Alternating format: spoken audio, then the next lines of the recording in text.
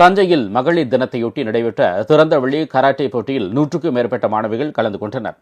தஞ்சாவூரில் அன்னை சத்யா விளையாட்டு அரங்கத்தில் வைத்து சோபுகாய் சிட்டோரியூ கராட்டே கழகம் மற்றும் ஆதவன் லயன்ஸ் சங்கம் சார்பாக மகளிருக்கான கராட்டே போட்டிகள் நடைபெற்றது. இந்த போட்டியை மேயர் ராமநாதன், கராட்டே கழக செயலாளர் முனுசாமி ஆகியோர் தொடங்கி வைத்தனர். இதில் 100க்கும் மேற்பட்டோர் கலந்து கொண்டு கட்டா, குமிட்டே ஆகிய 2 பிரிவுகளில் கலந்து கொண்டு தங்களது தனித்திறமையை வெளிப்படுத்தினர். இந்த போட்டியில் வெற்றி பெற்றவர்களுக்கு கோப்பைகளும் சான்றிதழ்களும் வழங்கப்பட்டன.